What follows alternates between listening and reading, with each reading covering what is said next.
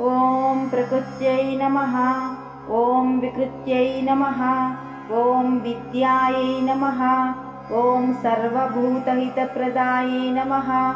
ॐ श्रद्धायै नमः। ॐ विभूत्यै नमः। ॐ सुरभ्यै नमः। ॐ परमात्मिकायै नमः। ॐ वाचे नमः। ॐ पद्मालयायै नमः। ॐ पद्मायै नमः। ॐ शुचे नमः। ॐ स्वाहायै नमः।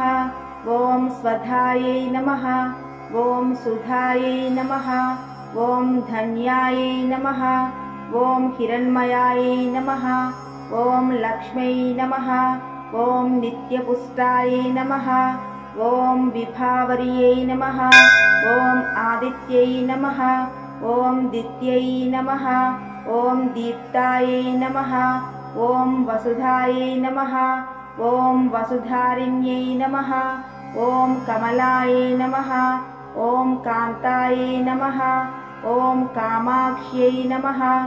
ॐ क्रोधसम्भवायै नमः। ॐ अनुग्रहप्रदायै नमः। ॐ भूत्यै नमः। ॐ अनघायै नमः। ॐ हरिवल्लभायै नमः। ॐ अशोकायै नमः। ॐ अमृतायै नमः। ॐ दीप्तायै नमः। ॐ लोकशोकविनाशिन्यै नमः। ॐ धर्मनिलयायै नमः। ॐ करुणायै नमः। ॐ लोकमात्रे नमः। ॐ पद्मप्रियायै नमः।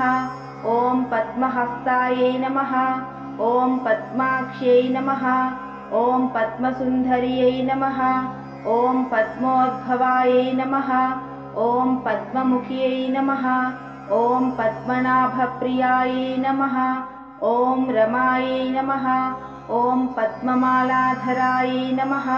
ॐ देव्यै नमः। ॐ पद्मिन्यै नमः। ॐ पद्मगन्धिन्यै नमः।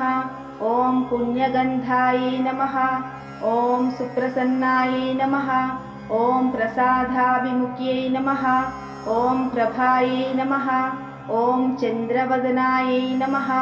ॐ चन्द्रायै नमः।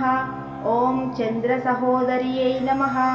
ॐ चतुर्भुजायै नमः। ॐ चन्द्ररूपायै नमः। ॐ इन्दिरायै नमः। ॐ इन्दुशीतलायै नमः। ॐ आह्लादजनन्यै नमः। ॐ पुष्ट्यै नमः। ॐ शिवायै नमः। ॐ शिवकर्यै नमः। ॐ सत्यै नमः। ॐ विमलायै नमः। ॐ विश्वजनन्यै नमः। ॐ तुष्टे नमः।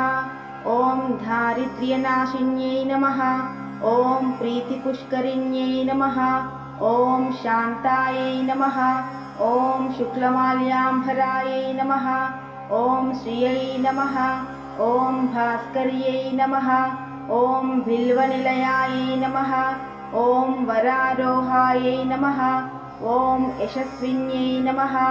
ॐ वसुन्धरायै नमः। ॐ उदाराङ्गायै नमः। ॐ हरिण्यै नमः। ॐ हेममालिन्यै नमः। ॐ धनधान्यकर्यै नमः। ॐ सिद्धये नमः। ॐ स्त्रैणसौम्यायै नमः। ॐ शुभप्रदायै नमः। ॐ नृपवेश्मगतानन्दायै नमः। ॐ वरलक्ष्म्यै नमः। ॐ वसुप्रदायै नमः। ॐ शुभायै नमः। ॐ हिरण्यप्राकारायै नमः। ॐ समुद्रतनयायै नमः। ॐ जयायै नमः। ॐ मङ्गलादेव्यै नमः। ॐ विष्णुवक्षस्थलस्थितायै नमः। ॐ विष्णुपत्न्यै नमः। ॐ प्रसन्नाक्ष्यै नमः।